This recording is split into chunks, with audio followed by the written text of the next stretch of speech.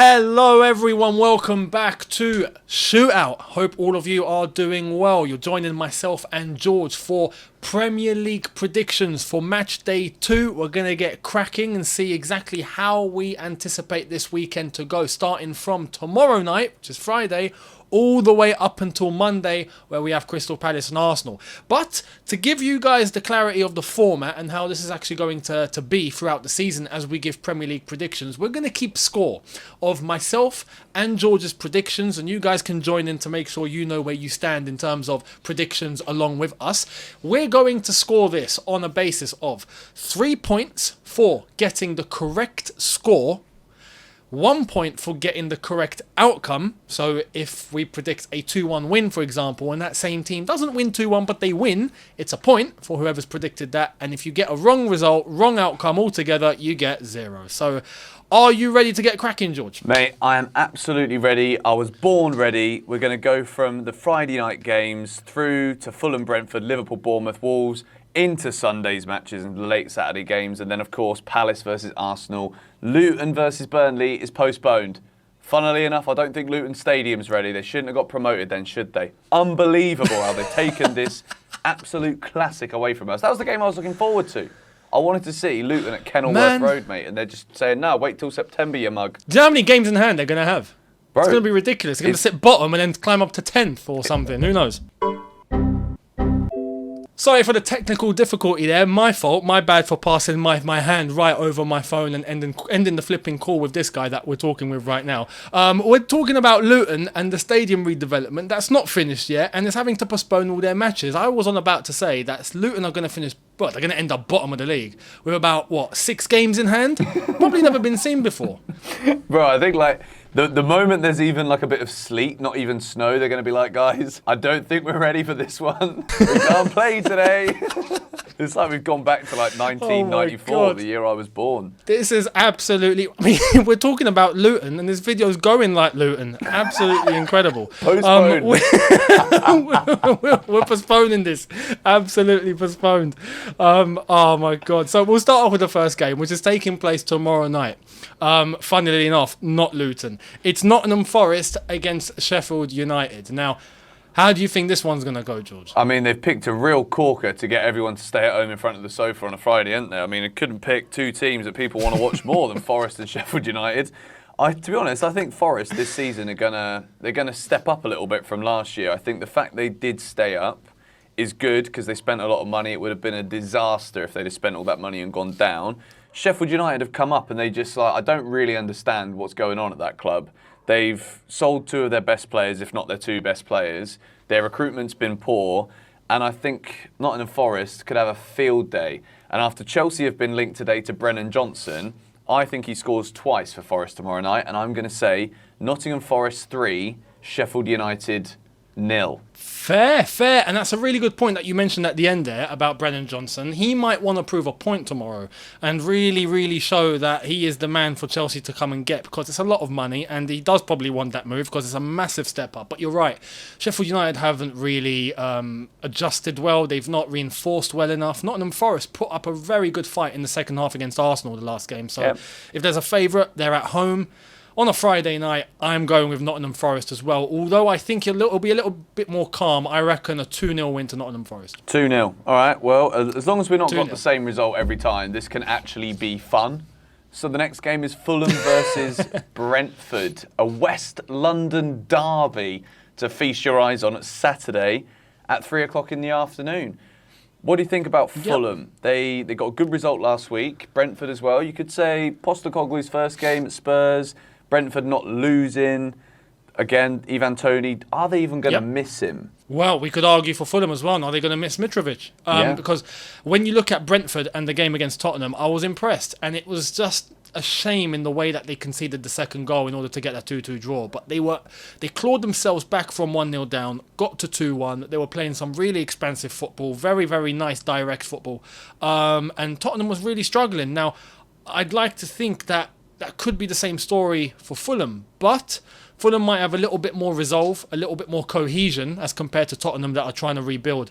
So I am looking at this being played at Fulham. I reckon this could end up a 1-1 draw. 1-1. All right, well, that changes what I was going to say dramatically because I don't want us to have the same results. I don't mind if we do. I'm not trying to be like that guy here to say, well, Great you minds can't think alike. copy me. It's not like that. I just, it'd be more interesting if one of us was just bang on and one of us wasn't. I was nearly right yesterday with Sevilla.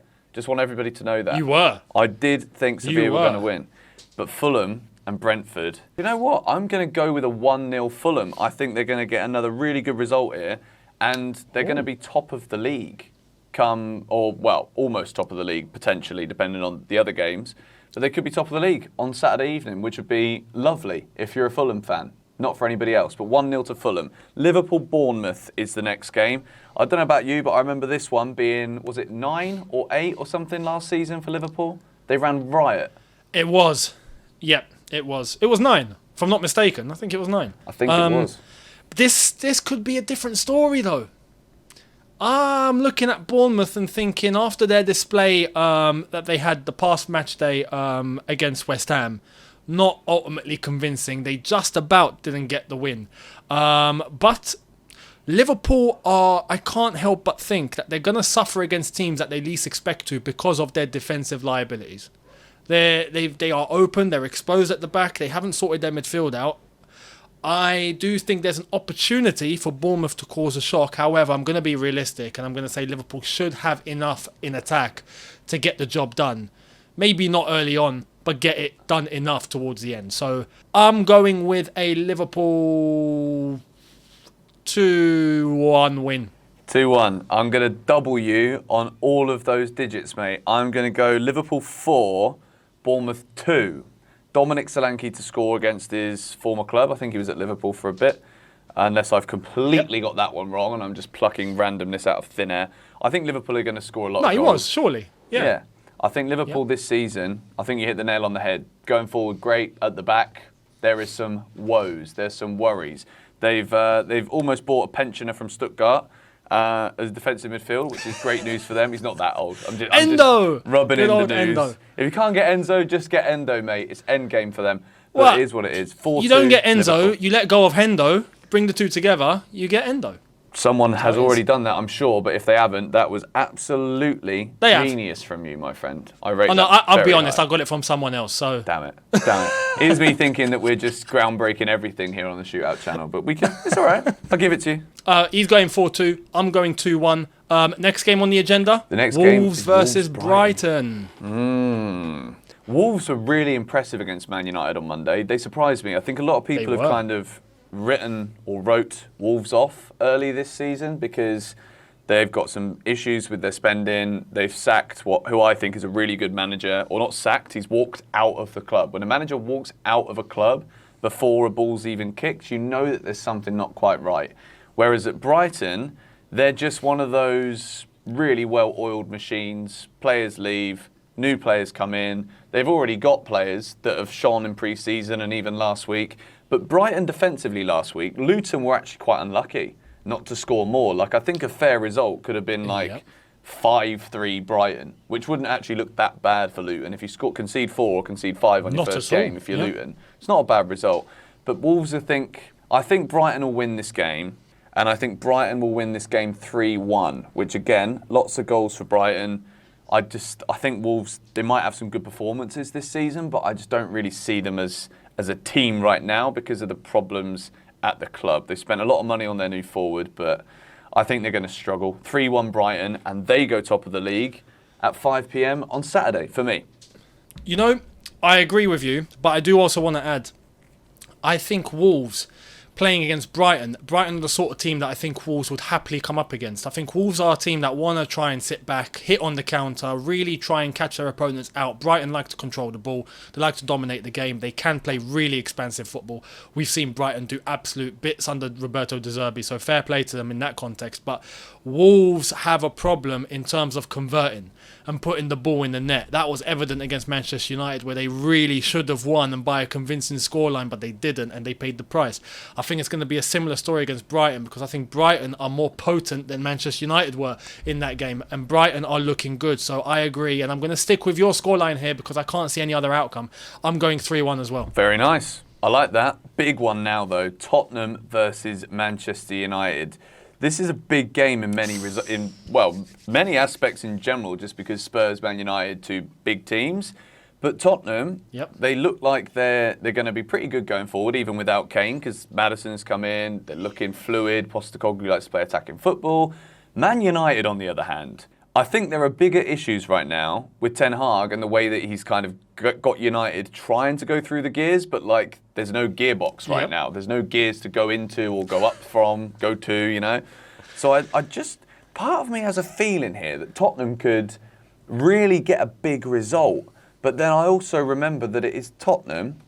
They've also got no Harry Kane, so who's going to be that player? Heung-min Son just doesn't really look like the guy that he once was. I think he misses his mate Azza.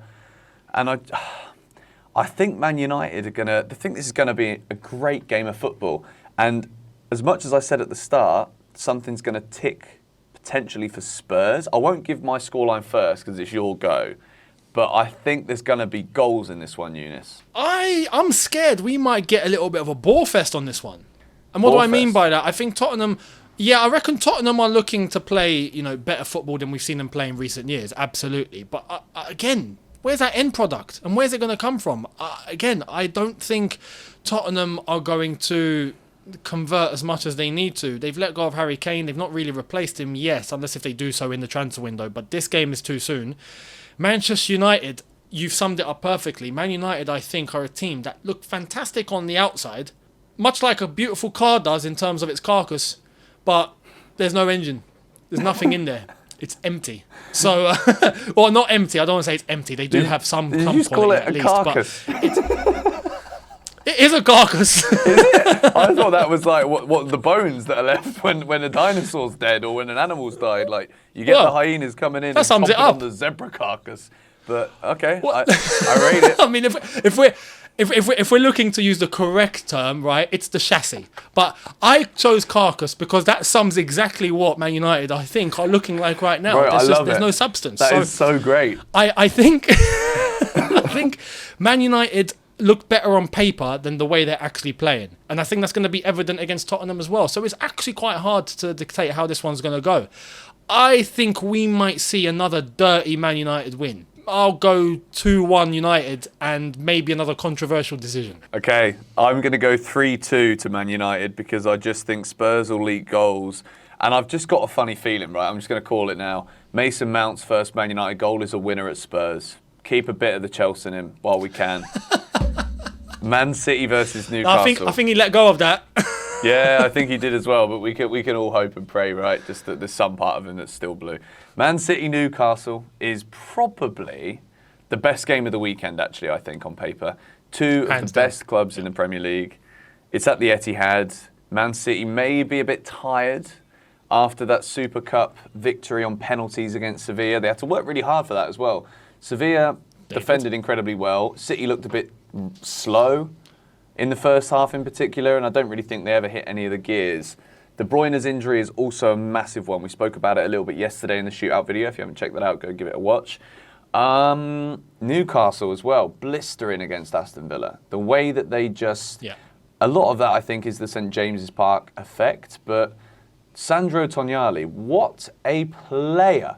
I think this could go down. Class, if Newcastle manage to keep themselves in the top four, bro, I think this year he will be maybe player of the season. I think he's that good. I really do.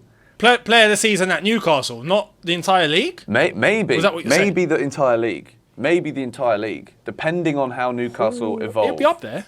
It's a big shout. I'm not saying I think he's the best player in the league, but I think he could be one of the most important. And again, I think like Caicedo for Chelsea kind of facilitates a lot of other things. I think Tonali facilitates a lot of other qualities within that Newcastle team. Like Guimaraes now can be a better player. Last season he had to just sit and hold. Now he can get forward a bit more. But I think this game there's going to be... City might not be up to speed, but I think they'll do enough to dig out a result. I'm going to say 1-1. I have to agree. You're going to go for 1-1? That was my score, I'll be honest. I was going to go 1-1. I was going to go 1-1 on the basis of I do think Man City will end up scoring.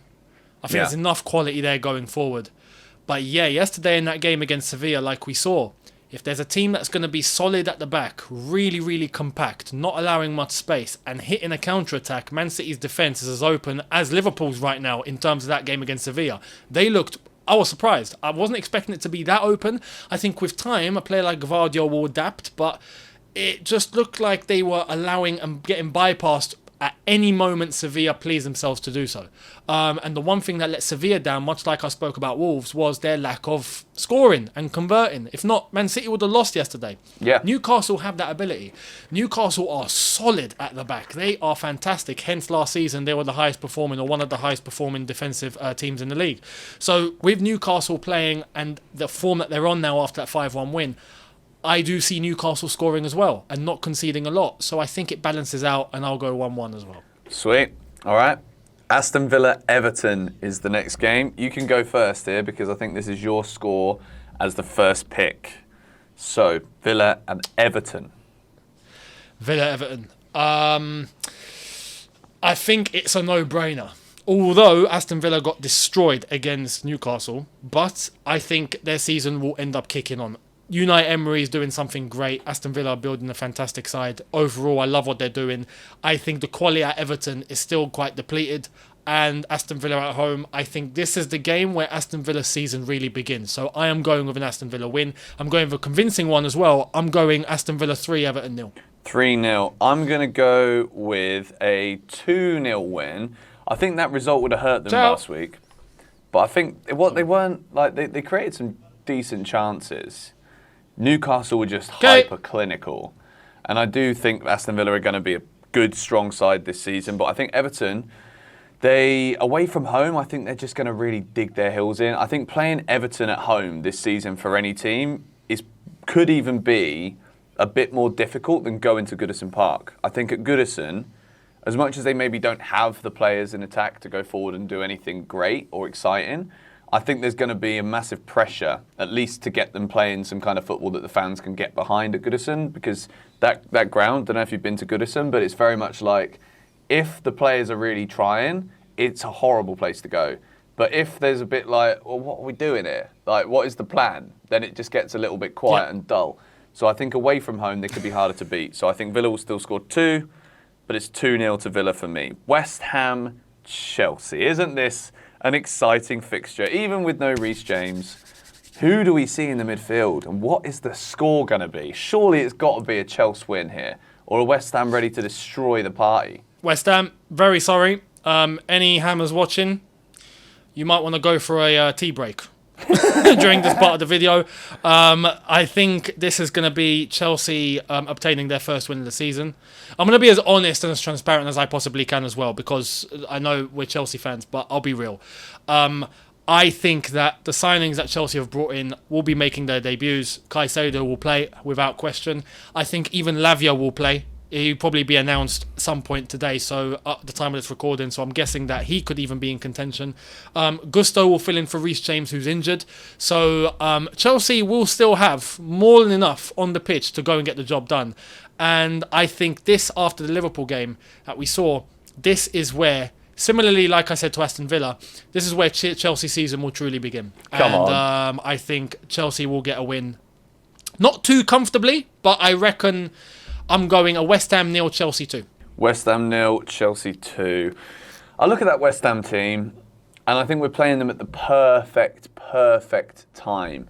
The new signings that they wanted haven't arrived yet.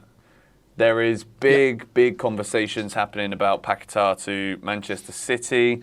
I don't think he'll feature in this game, and he's one of those kind of players that can really hurt Chelsea.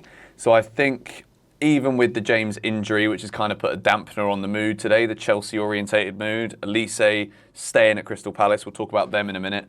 I just think this is the game, like you said, Chelsea will tick. And I think people will be surprised. I think Malo Gusto, as much as James is just he's phenomenal going forward. He's such an important figure in this Chelsea team. I think we saw it in pre-season where Pochettino was pushing Chilwell further up the field. When Gusto was playing, we didn't kind of see him get to the same levels up the pitch that Chilwell did, but he was happy to do that. You know, it brought a bit of balance to the team. It allowed another midfielder to progress in the attack.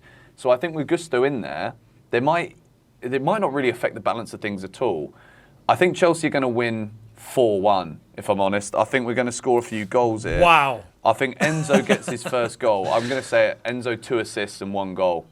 And I think Disasi will score again. I think Enzo's going to score. Yeah, mate, I think we go to West Ham and I think we absolutely send them to flipping Westfields in Stratford or whatever it's called. Send them shopping, mate. Go and buy some rice in the supermarket because that's all you're getting this year. Chelsea are going to go there and have a feast. Oh, man. Basmati rice this time, yeah, not Declan. Basmati for real. Lovely jubbly. All right, fair play. That's Chelsea getting 3 points. Fingers crossed. Yep. Let us know your predictions below. To wrap up, Crystal Palace against Arsenal. Now, I've got a bone to pick with Palace today, although it does seem like their reasoning might be okay in terms of the whole Olise deal that collapsed. Olise signed a new 4-year deal as of today. How do you see this game going? I think this is going to be tough for Arsenal. I think Palace have kind of, this Elise thing, I think they kind of just felt a bit sorry for themselves. They're like, bugger, imagine putting a 35 million release clause on a player that we know is that good. The fact he's now stayed, for a club like Palace, they need to keep hold of these guys. You know, if they would lose Zaha and Elise in one window, Eze's still a great player there, by the way. But I think it would have been a big blow and it could have really hurt them. But now he's going to stay. I think this is not a good time for Arsenal. Under the lights on a Monday evening. I've got a funny feeling. We've seen Arsenal go there last year. They played fantastically at Palace last year. I think it's going to be a tough game, but I really do rate this Arsenal team. They're without Timber, of course. He's going to be out for 6-7 months. I agree. I think Selhurst Park has the capacity to be one of the bogey teams for a team like Arsenal. But last season, Arsenal showed up, and I think this season they're going to show up again. I think there's too much quality going forward. I think on a smaller pitch, that's where an Arsenal team can actually thrive. I know they like a large pitch, but if they can work in tight spaces, which Arsenal can do, then they're going to punish you. So I reckon Arsenal get a win. I'm not going to say a destroying score, but I'm going to say Crystal Palace 1, Arsenal 3. Arsenal 3. All right. I'm actually happy that we've only got, I think, 2 results that are exactly the same. I think Arsenal are going to win 2-1. I think it will be a similar pattern to what we saw against Forest last week, and I think it will be one of those where after the game Arteta's going to be like, look boys, like we're winning, this is good, but it's not enough. So I think Arsenal will win the game 2-1. I think they'll get into a 2-0 lead. I think Palace might make it difficult late on. And that is the Premier League predictions for game week number 2, mate. We have raced through it. It's been fun. We have got, let me count how many goals we've got here. I've got 4, 8, 10, 14, 16, 19, 20, 21, 23, 24, 28, 29, 31 goals I've got. And you've got 4, 7, 11, 14, 16, 19, 21. You got 25 goals, mate. You know, I'm more defensive. You know, I like to hit the counter. I think this is the weekend where we get entertained. And if you were entertained watching this video, you know what I'm going to say. Hit the like button. And why are you not subscribed to ShootOut yet? Let us know your predictions for game week 2 in the Premier League down in the comments below. Compete against Eunice and I. And we'll see this time next week who's got more points. Realistically, Eunice, do you think you got this week in the bag, mate? Because I think your predictions are not correct, personally. Well, I think yours are a shambles. So, you know, I think I'm gonna ride very clear. Right. We'll see on Monday. we need to buy a trophy. We need to buy a trophy so that next season we can have like all of these competitions that we've got going. Maybe there's going to be some more. We can have like in our backgrounds behind us, we can have medals or trophies to show who the real boss dog is. Oh, mate, we can make our own Ballon d'Or and have like, you know. I'm a 2-time winner shootout prediction champion. Like, imagine that. What a title. And the loser has to put a Manchester United carcass behind them. Just get a pile of bones. Stick it in your background. They're red. They're red bones. Anyway, we're waffling now. You guys aren't here for it. Thank you guys for watching. We'll see you all on Sunday. There's a day off tomorrow. Enjoy yourselves.